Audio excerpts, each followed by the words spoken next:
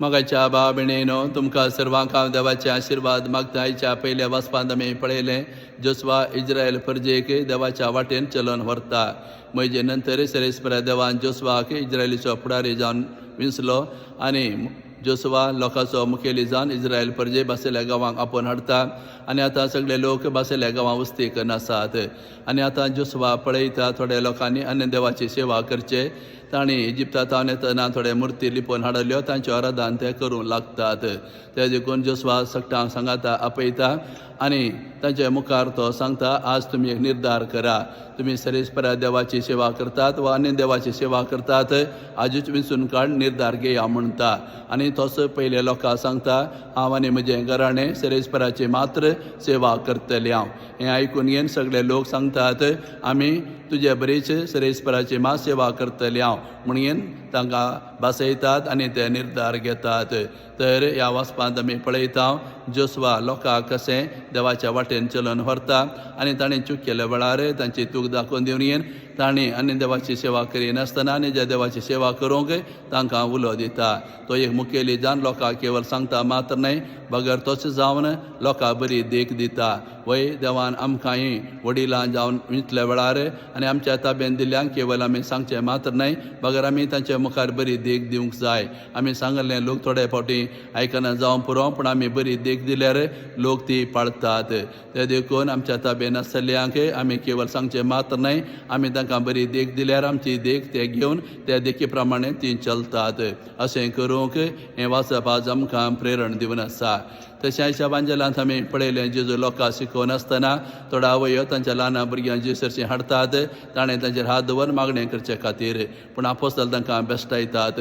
हें पळोवन घेवन जेजू आपोस्तलांकच बेश्टायता आनी सांगता, ल्हान भुरग्यांक म्हजे सरशी येवंक सोडा, तांकां आडयनाकात, कित्याक तसल्यांचें सर्गींचें राज जावन आसा. आनी जेजू सर ल्हान भुरग्यांक पटलोवन धरता, तांकां आशिर्वाद दिता. तर ह्या घडितांत आमी पळयता जेजू ल्हान भुरग्यांचो कितलो व्हरतो मोग करता आनी जेजू सर ल्हान भुरग्यांक आशिर्वाद दिवन घेवन आपलो मोग तांकां तो दाखयता. वय ल्हान भुरगीं देवा चड मोगाचीं, कित्याक देवाचें हाजेरपण ल्हान भुरग्यां थंय आमकां चड दिसता. ताचे मुखामळाचेर देवाचो परजळ आमकां सदांच पळोवंक मेळटा. कित्याक ल्हान भुरगीं मावाळ दयाळ, ताचे थंय कपट ना, ती सदां विधयी असले जायते बरेशे गूण ल्हान भुरग्यां थंय आसतात. आनी सर ल्हान भुरग्यांचे गूण देवा पसंद जातात. जेजून सांगलें आसा, सर्गींचें राज तुमी जोडून जाल्यार ल्हान भुरगे बरी जाया. ल्हान भुरगीचे शेगूण तुमच्या जिवितांत आसा केल्यार सर्गींचें राज तुमचे लागीं जोडून जाता म्हणून ल्हान भुरग्याचें उदाहरणें आमकां दिल्लें आसा. ते देखून आज जेजू आमकां सर्वांक सांगून आसा, ल्हान भुरग्यांक म्हजे सरशी येया, हांव तुमचो मोग करतां. ते दुसर ल्हान भुरग्यांनी जेजूची सदां येवंक जाय, ताचे आशिर्वाद घेवच्याक. जेचे आशिर्वाद तुमकां मेळ्ळ्यार सगळें तुमच्या जिवितांत मेळ्ळें बरें जाता. तशें आमी वडिलांनी आमच्या भुरग्यांक आमच्या ताब्यान आसल्यांक सदां देवा सरशी हाडूंक जाय.